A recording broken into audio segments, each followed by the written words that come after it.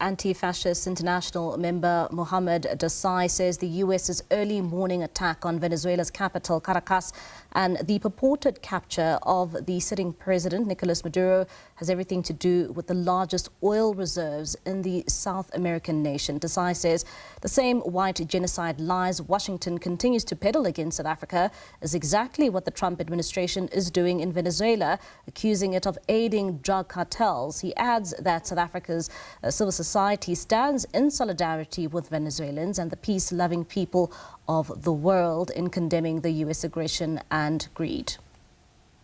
All right, and for further analysis now on the U.S. attack on Venezuela, we are now joined by political analyst Andres Silva, all the way from Venezuela this evening. Andres, thank you so much for your time this evening here in SABC News. I mean, let's start off here. What is the situation in Venezuela as we speak? Thank you for having me. At the moment, the situation in Venezuela is of massive uncertainty. Some people are celebrating massively as if a democratic transition is already in process. But at the moment, what we know is that even though Nicolás Maduro is out of the country, and even though on his press conference, Donald Trump just said that he would be the one in charge of governing Venezuela until they consider a transition is viable for the country, there is technically still the constitutional order in which Vice President Delcy Rodriguez should be the one assuming the presidency. And at this moment, it's very hard to know what course the Venezuelan government that remains will be taking, because they have been very silent for the last couple of hours. We know that Delcy Rodriguez spoke some hours ago asking for proof of life for President Maduro. And we know that Diosdado Cabello and other members of the regime have also spoken out against the U.S. action, but at the moment, they have not been planning anything. So this is very good for the United States in their plan to seize control in Venezuela, because at this moment, there doesn't seem to be a plan taking place in Caracas or anywhere else in the country to let this process go along and know what the next steps will be. And I mean, Andres, you speak of the issue that now we heard from U.S. President Donald Trump saying that they have taken over Venezuela and they will run it. But I mean, you speak of a deputy president at the moment. What does this mean for the people of Venezuela if the U.S. is saying they will take over and run the country? Well, for the people of Venezuela, there are some historic examples of how the United States has handled these situations in the past.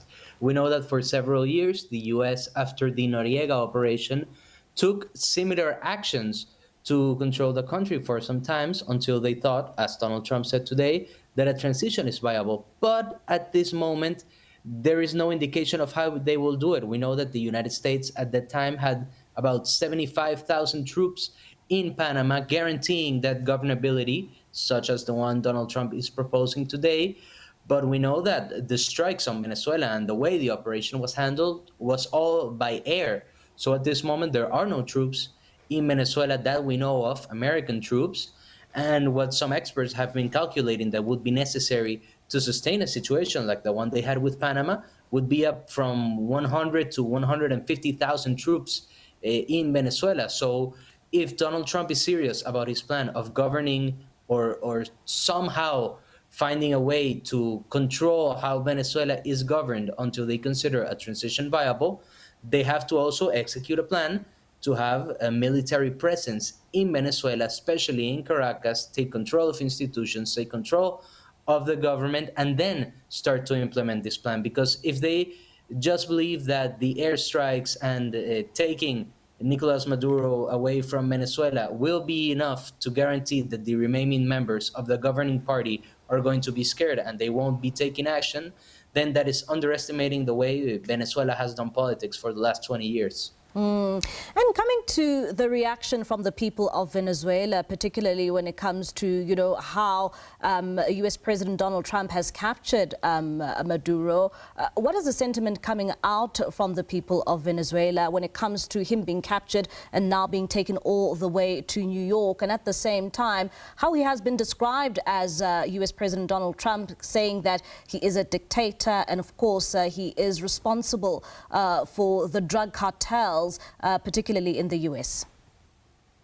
Well, the sentiment inside the country for many people is that of joy, because at this moment in Venezuela, I don't believe that the situation is exclusively regarding political ideology. What the Venezuelan people have mostly been concerned about is about their way of life, the way they bring money and food to the table, the way they sustain their families, the way they try to lead normal lives, and the government in charge has not been able to give them proper conditions to have a prosperous life. So for people, this isn't just about having Maduro leave the country. This is about them seeing an opportunity for things to be different, for things to be done a different way, for things to start changing, and they are full of hope and expectation. But at the same time, so you know that they say ignorance is bliss. So for those of us that have to take that extra step, that have to bring some depth into the analysis, we are extremely worried because, as I mentioned before, there is no clear path in place that the actions the United States took today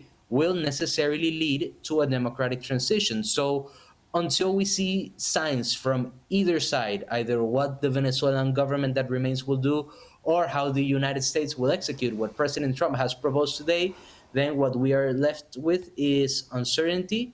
We are left with a rocky start to 2026 in economic matters, and we are just left waiting until we have some answers, some way to solve this new political crisis, and we are just expecting what the Trump administration plans to do next. And Andres, before I let you go, I mean, we also saw the U.S. President Donald Trump talking about the issue of oil. That has been a major talking point since the capture of Nicolás Maduro in that press briefing, saying that he is going to have a large U.S. oil companies going to Venezuela, and also they're going to allow people to get oil. You know, what are your sentiments there? When it comes to this talking point and this issue that has also been alluded by some in government in Venezuela, that this issue here is all about oil?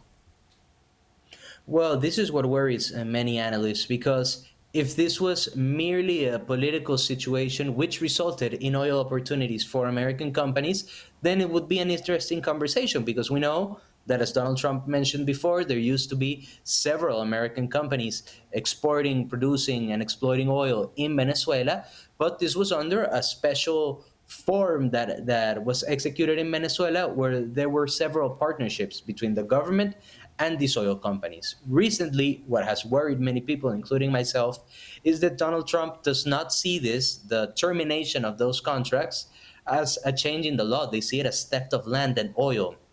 So to understand what will happen next with the oil companies, we have to see how whoever Donald Trump recognizes to be in charge of these negotiations, be it the current vice president of Venezuela, Delcy Rodriguez, or opposition leader Maria Corina Machado, or the other opposition leader that has been credited with winning the 2024 election, Edmundo Gonzalez, we have to understand how they negotiate with Donald Trump these oil deals, and understand whether they are planning to, as Donald Trump said, take back these lands so the United States will 100% benefit from those new oil opportunities, or whether there will be an actual real negotiation taking place where the United States forms a partnership with the Venezuelan government so it is mutually beneficial.